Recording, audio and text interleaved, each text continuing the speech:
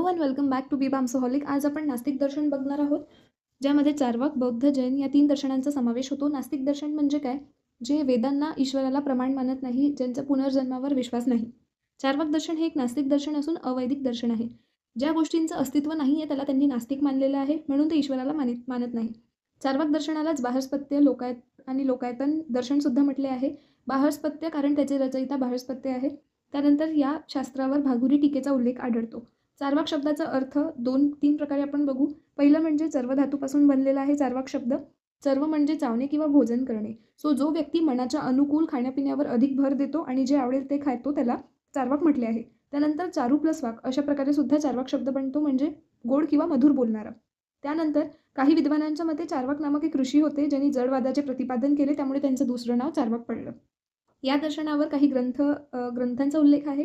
पहिले म्हणजे षडदर्शन समुच्चय हरिभद्रांचे, त्यानंतर सर्वदर्शन संग्रह माध्वाचार्यकृत जयर्षी भट्टांचे तत्वपप्लव. त्यानंतर तत्वसंग्रहात बाहस्पत्तींचे काही सूत्रांचा सुद्धा उल्लेख आढळतो. बाहस्पत्य किंवा चार्वाक ऋषी हे जडवादी, नास्तिकवादी, प्रत्यक्षवादी, अद्वैतवादी होते. त्यांना वेद, ईश्वर, आत्मा, परलोक, पुनर्जन्म, पापपुण्य, कर्मफल सिद्धांत यापैकी काहीही मान्य नव्हते. त्यांना केवळ एकच, ते म्हणजे प्रत्यक्ष प्रमाण मान्य होते. तर याला लोकायत दर्शन का बरं म्हणतात? कारण ते सर्वसामान्य लोकांना सुद्धा मान्य आहे. ऑल्सो याला लोकायतन का बरं म्हणतात? कारण की लोक म्हणजे इहलोक आणि आयत म्हणजे आधारित, जे इहलोकावर आधारित आहे असे लोकायतन. त्यानंतर कौटिल्य अर्थशास्त्रात सुद्धा लोकायत आणि बाहस्पत्य ही नावे आधीसुद्धा आलेली आहेत. त्यांचं असं म्हणणं आहे की या विश्वात जन्माला आल्यापासून मृत्यूपर्यंत आपल्याला जेवढे काही मिळाले आहेत तेवढे जास्तीत जास्त सुखाचा उपभोग घेऊन आनंदाने जगावे. उगीच प्रत्यक्ष अनुभव नसलेल्या आत्मा, मोक्ष यांच्या मागे न लागता, म्हणजे जे अस्तित्वातच नाही आहे, ज्या गोष्टी आहेतच नाही प्रेझेंट, त्याच्या मागे लागून आपले जेवढे आयुष्य आहे तेवढे व्यतीत न करावे आणि दुःखाला भागी होऊ नये. त्यानंतर चार्वाकांचे प्रमाणशास्त्र. चार्वाकांना केवळ प्रत्यक्ष प्रमाण मान्य होते, ज्याचे अस्तित्व आहे ते. त्यानंतर चार्वाकांचा जडवाद. जडतत्ववाद म्हणजे अंतिम सत्य, जे शेवटपर्यंत टिकून राहते, ज्याला कुठलीही बाधा येत नाही, ज्याचा कधीही नाश होत नाही, असे म्हणजे जडतत्व किंवा अंतिम सत्य. या दृष्टीने पृथ्वी, जल, तेज आणि वायू ही 4 भूतेच एवढी सत्य मानलेली आहेत. त्यांनी आकाश तत्वाला सत्य मानले नाहीये किंवा प्रत्यक्ष ग्राह्य धरले नाहीये. केवळ शब्दाला काही आश्रय असले पाहिजे या अर्थाने आकाशाचा स्वीकार केलेला आहे. त्यानंतर चार्वाकांची सृष्टी उत्पत्ती स्वभाववादाने त्यांनी सांगितलेली आहे. विश्वोत्पत्तीसाठी चार्वाकांचं असं म्हणणं होतं की आपल्याला ईश्वर किंवा ब्रह्म या गोष्टींची गरज नाही आहे.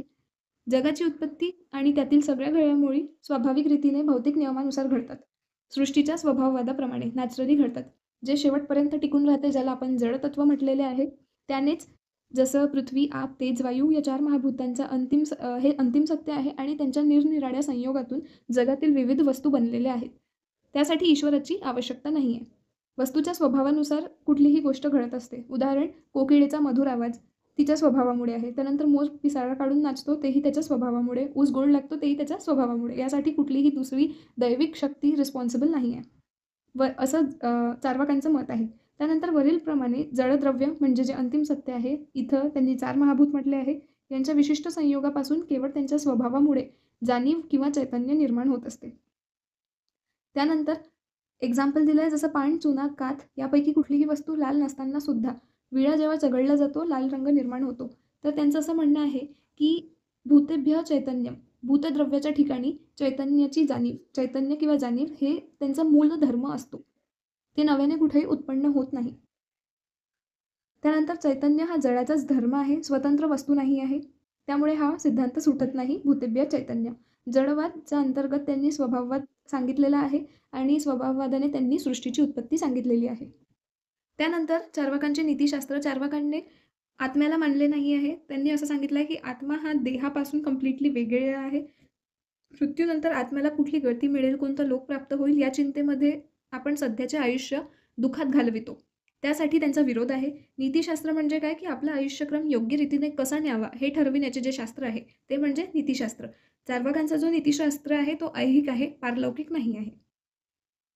चार्वाकांना केवळ प्रत्यक्ष प्रमाण मानले असल्यामुळे त्यांनी असं सांगितलंय की आयुष्य जेवढे जमेल तेवढे सुखाने, आनंदाने, मजेत जगावे. जीवनातील वेगवेगळ्या किंवा निरनिराळ्या उपभोगांचा भोग करावा.